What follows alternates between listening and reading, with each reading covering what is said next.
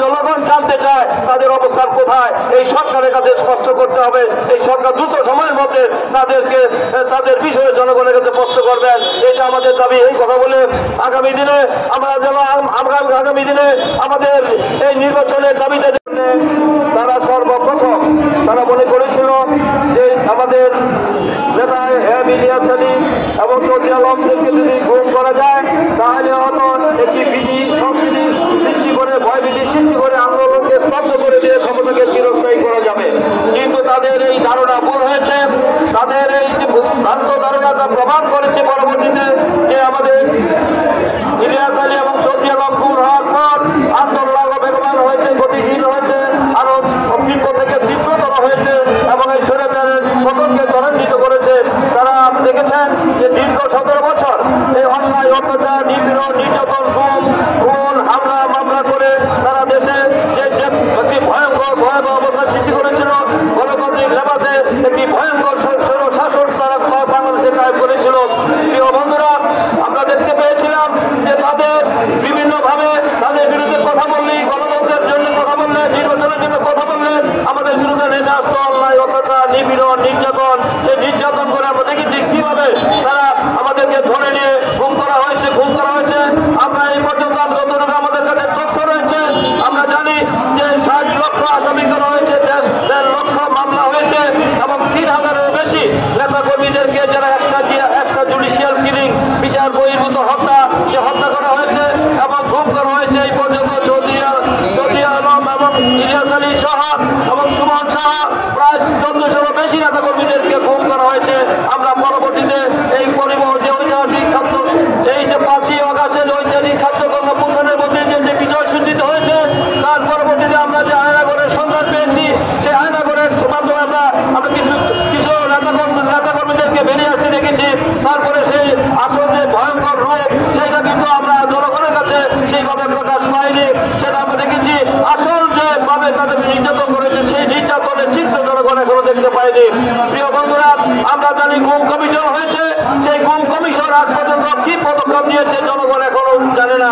জনগণের কাছে স্পষ্ট করতে হবে যে গুম কমিশন যে খুন করে দেশে যে মানবতা বিরোধী অপরাধ করেছে, যে অন্যায় অপরাধ করেছে তাদের বিচার কতটুকু হলো।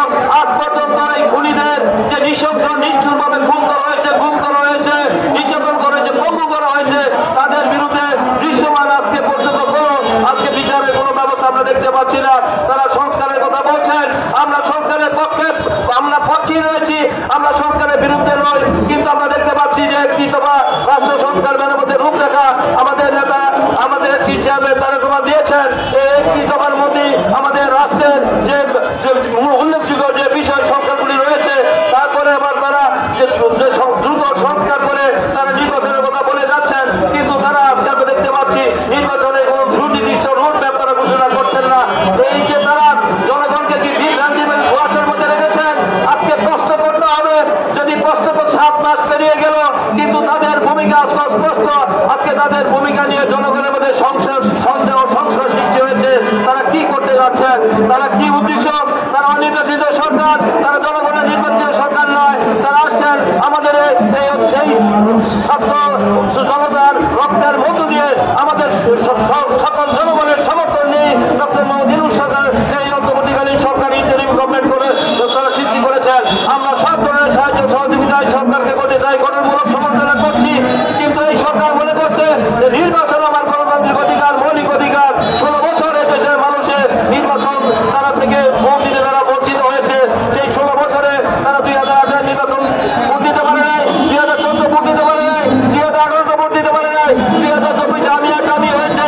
তাই জনগণ ভোট দেওয়ার জন্য মুখিয়ে আছে। তাই আমি মনে করবো যে দ্রুত সময়ের মধ্যে ভোট ঘোষণা করুন।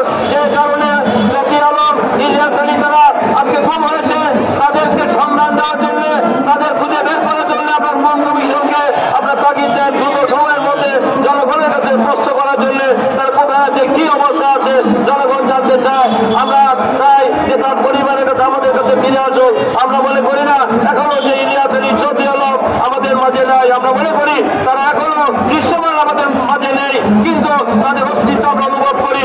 তাদের এই গুম হওয়ার মধ্য দিয়ে আমরা স্বৈরাচারের পতন ঘটিয়েছি এবং আমরা বাংলাদেশে একটি মুক্ত পরিবেশ তাই আগামী দিনে দেশের স্বাধীনতা সার্বভৌমত্ব গণতন্ত্র রক্ষার জন্য যে আন্দোলন করেছিল আমাদের ওই চৌধুরী আলম ইলিয়াস আলী, তারা যে টিপাই মোড় এবং তারা ট্রানজিট করিডোরের জন্য বাংলাদেশের স্বাধীন সার্বভৌম রাষ্ট্রকে অক্ষুণ্ণ রাখার জন্য তারা যে জীবন তারা বাজি রেখে লড়াই করেছে, আজকে জনগণ জানতে চায় তাদের অবস্থান কোথায়। এই সরকারের কাছে স্পষ্ট করতে হবে, এই সরকার দ্রুত সময়ের মধ্যে তাদের বিষয়ে জনগণের কাছে স্পষ্ট করবেন, এটা আমাদের দাবি। এই কথা বলে আগামী দিনে আমাদের এই নির্বাচনের দাবিতে যেন রাস্তায় জনগণ আবার নামতে না হয়, তার আগেই রুট ম্যাপ ঘোষণা করবেন। তা না হলে যে কোনো পরিস্থিতির জন্য, যে কোনো অস্থিতিশীল পরিস্থিতির জন্য, যে কোনো অনাকাঙ্ক্ষিত অপ্রত্যাশিত পরিস্থিতির জন্য এই সরকারকে দায়ী থাকতে হবে। এই কথা বলে আগামী দিনে আমরা তার সুখে দুঃখে বিপদ আপদে এই দেশের জনগণের পাশে থেকে আমরা লড়াই করেছি।